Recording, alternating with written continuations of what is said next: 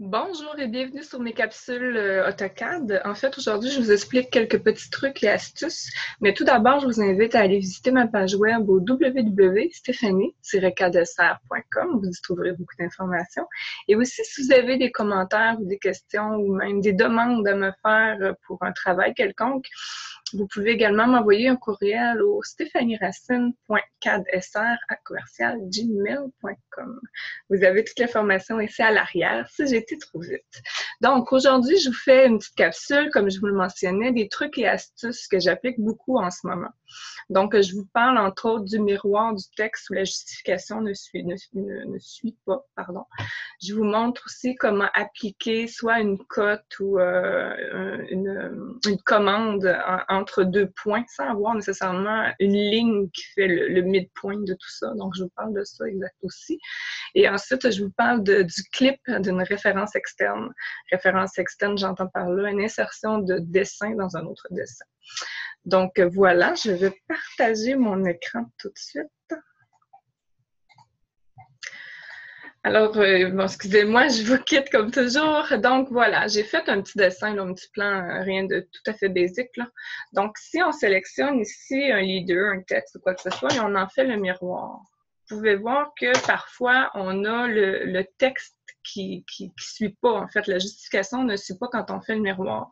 Ça, moi, ça peut m'arriver régulièrement parce que pas la même personne, il n'y a pas une personne, pardon, qui travaille de la même façon sur AutoCAD. Donc, quand je reçois parfois les dessins de mes clients, ben ça se peut que je me bute à ce genre de problème. Mais c'est très simple. Si je l'efface et que je fais lire texte au clavier. Ici, vous voyez, la valeur que j'ai d'inscrite, c'est le 1. On la met à 0. Donc, ça change la valeur. Et dès qu'on fait un miroir à partir de ce moment-là, la justification de mon texte se fait automatiquement. Donc, voilà pour mon premier truc et astuce. Ensuite, un autre truc que j'aime éperdument, mettons que je veux faire la porte, mais ici, on comprend que c'est un mur, une porte, 2 entrées, mais ici, il me manque ma porte. Donc, je veux faire un miroir selon le centre du mur qui est ici. Certaines personnes vont mettre une ligne, puis c'est ce que je faisais moi aussi avant, puis ils vont gérer le midpoint entre ces deux points-là en les reliant, puis ils vont prendre le milieu de ça pour faire le miroir. Mais on n'est pas obligé.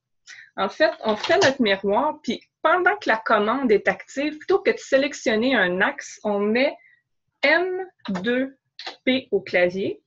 Et lui, il te force à dire, dans le fond, c'est midpoint to, c'est le milieu entre deux points, en fait, là, si je vous fais la traduction. Fait qu'on sélectionne les deux points concernés. Et là, vous pouvez voir que l'axe se met automatiquement dans le centre de ces deux points-là, donc au centre de mon mur. Et là, on peut faire la commande typiquement comme d'habitude.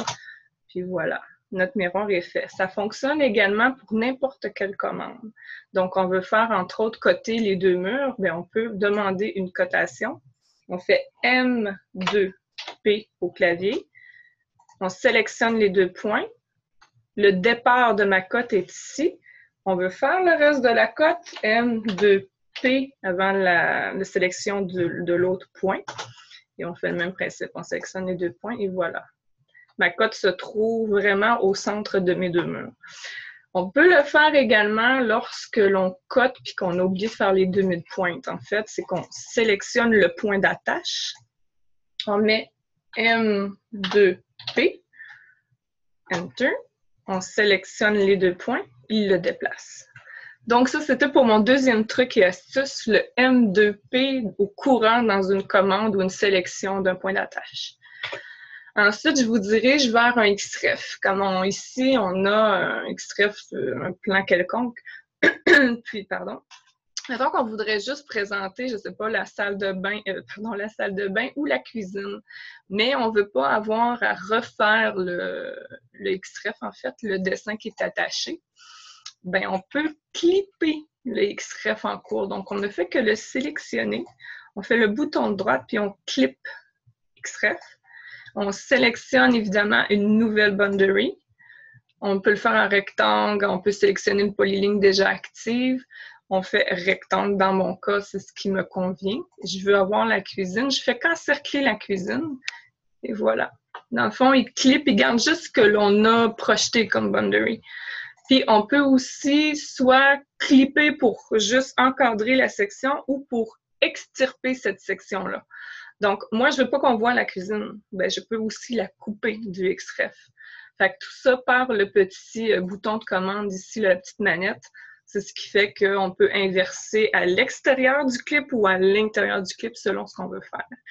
Alors voilà ce qui fait le tour de mes petits 3 trucs et astuces que j'utilise beaucoup en ce moment selon les contrats que j'ai. Donc, ça sera pour une prochaine fois pour prochains trucs et astuces au niveau d'un futur capsule AutoCAD, pardon. Donc, je vous souhaite une excellente journée, puis on se revoit bientôt.